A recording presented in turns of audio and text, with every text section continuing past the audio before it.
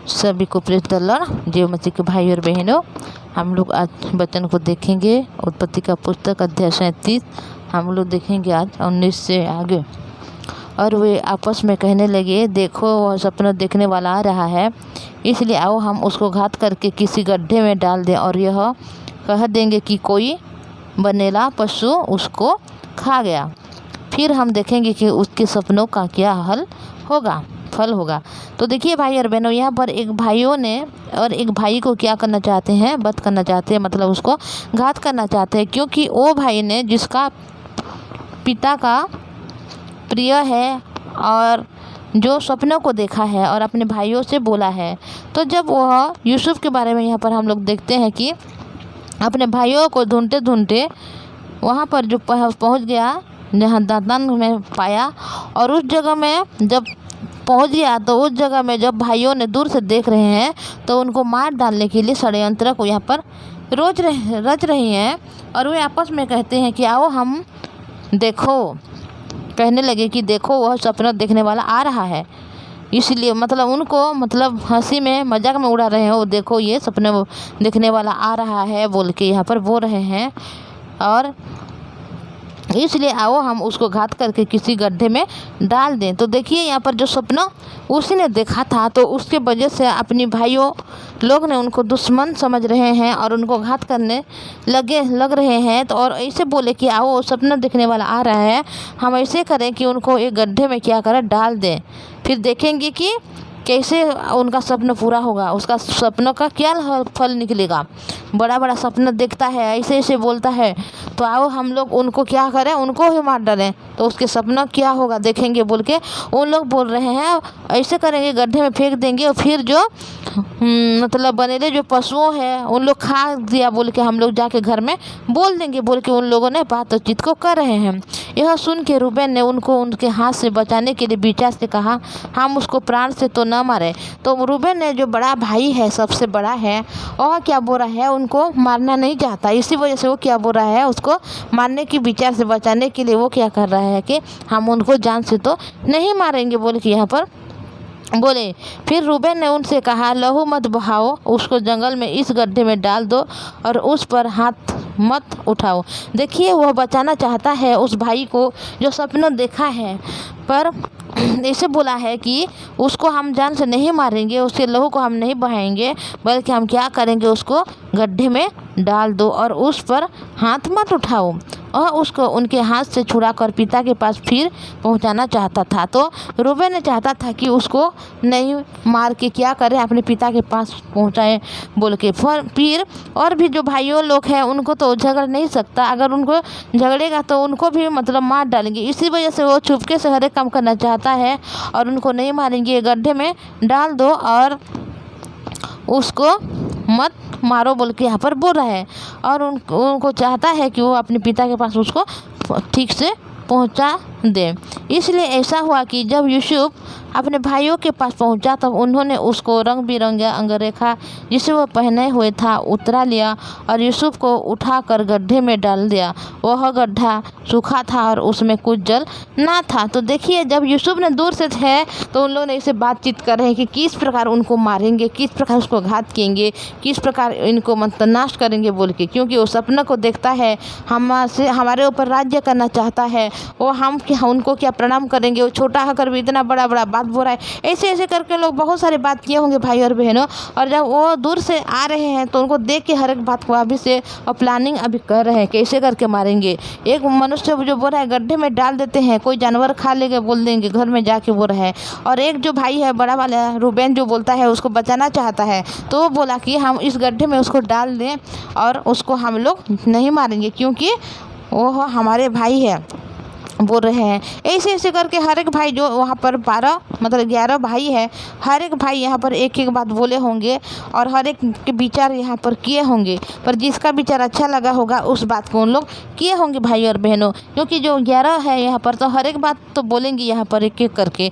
तो हम लोग देख रहे हैं कि कैसे कैसे बात यहाँ पर हो रहा है। तो ऐसा हुआ कि उन लोग क्या किए, उसको गड्ढे में डाल दिए और यूसुफ को उठाकर गड्ढे में जब डाल दिए तो उस गड्ढा क्या था, सूखा था, उसमें पानी नहीं आना था। तब वे रोटी खाने को बैठे और आंखें उठाकर क्या देखा कि इस्राएलियों का एक दल ऊँटों पर सुगंध द्रव्य, बलसान और गंधरस लादे हुए गिलाद से मिस्र को चला जा रहा है। तो देखिए यहाँ पर जब उस भाइयों ने उसको तो गड्ढे में डाल दिया यूसुफ को, और उन लोग क्या करना चाहते हैं, अभी खाना खाना चाहते हैं। रोटी खाने के लिए जब बैठ जा रहे हैं तो आंखें उठाकर उन लोग क्या देख रहे हैं कि इस्राएलियों का एक दल ऊँटों पर सुगंध द्रव्य और लबसान और गंधरस लादे हुए उन लोग क्या कर रहे हैं, गिलाद से मिस्र को चले जा रहे हैं। तब यहूदा ने अपने भाइयों से कहा, अपने भाई को घात करने से उसको खून छिपाने से क्या लाभ होगा। तो उन लोग के भाई और एक है जो यहूदा नाम का है, वो बोल रहा है कि हमारे भाई को हम क्यों मारें, उनको क्यों घात करें, और घात करके उनके खून को क्यों हम लोग छिपाएं, उनके हमारा क्या लाभ होगा। आओ हम उससे इस्राएलियों के हाथ से बेच डालें और अपना हाथ उस पर ना उठाएं। तो एक और भाई देखिए यहाँ पर और एक सलाह देना चाहता है कि उसको हम ना मारें, बल्कि उसको क्या करें, जो इस्राएल लोग आ रहे हैं उनके साथ क्या करें, हम लोग बेच डालें बोल के यहाँ पर बोल रहा है। और हम लोग क्या ना करें, उसको हाथ ना उठाएं, क्योंकि वो हमारा भाई और हमारी ही हड्डी और मांस है। देखिए ऐसा बोल सकता है कि वो हमारे हड्डी है, हमारे मांस है, हमारे भाई है, फिर भी उनके प्रति कोई भी उनके हार्ट में कोई भी दया नहीं कि प्रेम नहीं, बल्कि उनको कैसे करके घात करें या कैसे करके वहाँ से निकालें, ऐसे सोच में उन लोग है। कोई बोल रहा है कि हम लोग गड्ढे में डाल देते हैं, कोई बोलता है कि उसको हम लोग फेंक देंगे, और उनके वस्त्र को उन लोग तो पहले से ले गए हैं, और हम बोलेंगे कि कोई जानवर खा लिया है बोल के बोलेंगे। ऐसे ऐसे करके हर एक के अलग अलग विचार है। और अभी जो यहूदा है वो उसका विचार यह है कि वो क्या करेगा, जो इस्राएली लोग इधर आ रहे हैं दल में, तो उनके साथ उनको बेचने के लिए उनके मन में लग रहा है, और अभी वो ऐसा बोला है। तो और उसके भाइयों ने उसकी बात मान ली। तब बिन्यामी व्यापारी उधर से होकर उसके पास पहुँचे। अतः यूसुफ के भाइयों ने उनको उस गड्ढे में से खींच के बाहर निकाला और इस्राएलियों के हाथ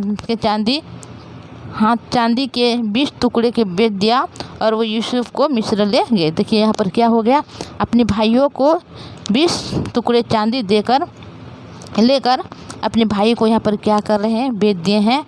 और उन जो बेच दिए तो उन लोग तो इस्राएलियों हैं, उन लोग तो मिस्र में जा रहे हैं, तो वह उसको मतलब यूसुफ को लेकर इस मिस्र में चले गए। तो भाई और बहनों देखिए यहाँ पर कैसा होता है, एक जो घृणा अगर किसी के प्रति अगर किसी के साथ अगर घृणा हो गया तो जैसे भी करके उनको रास्ते से हटाना चाहता है, चाहे वो जो भी हो, हमारे खून की मनुष्य हो चाहे दूर की मनुष्य है, फिर भी हम उसको हटाने के रास्ते ढूंढते रहते हैं। अभी उन लोगों ने क्या किया, अपने भाई को, अपने सगा भाई, अपने खून के रिश्ता वाला भाई को क्या कर रहे हैं, अभी वहाँ रास्ते से हटा लिए और उनको बेच दिए, ताकि वह क्या हो गया, मिस्र को चला गया।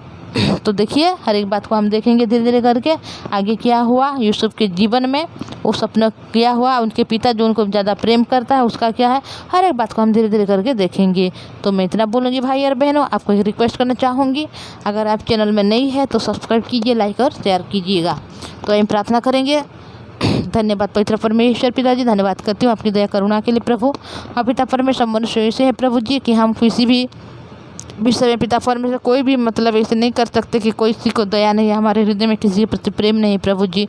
जिस प्रकार अभी भाइयों ने प्रभु जी उनके भाइयों को बेच दिया है, हाँ पिता हम मनुष्य में उसी प्रकार है, पर हमको पिता आपने चुना है, आपके हिसाब से हमें चलाइए प्रभु जी। हम कभी भी किसी के प्रति डाह न करने वाले बने, बल्कि पिता आपके प्रेम को, पिता आपके सुसमाचार को हम हमेशा प्रचार करने वाले बने प्रभु जी।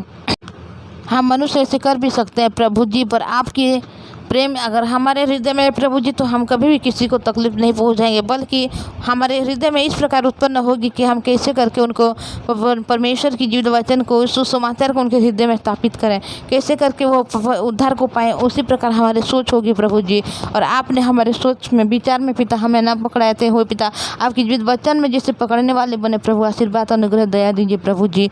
आपने हमारे संग है, हमेशा हमारे साथ है प्रभु, इसीलिए तो आपने चुना है कि आज हम आपके निकट में आए आए हैं, आपकी जिस वचन को सुन पा रहे हैं प्रभु जी, हमारे भाई बहन के जीवन में हर एक दुख समस्या परिस्थितियों से आप निकाल दीजिएगा, उनके रोग बीमार से आप उनको चंगाई दीजिएगा, उनके हर एक काम में आप सफल कीजिएगा प्रभु जी, उनके जीवित वचन सुनने के लिए आशीष अनुग्रह दीजिए, उनके सारे परिवार को संभाल कर रखना प्रभु जी। आपने हमारे हर प्रार्थना को सुना है, हम धन्यवाद करते हैं और ये प्रार्थना प्रभु यीशु मसीह के नाम से मांगते हैं, आमीन। सभी को प्रेज द लॉर्ड, जय मसीह की। Thank you.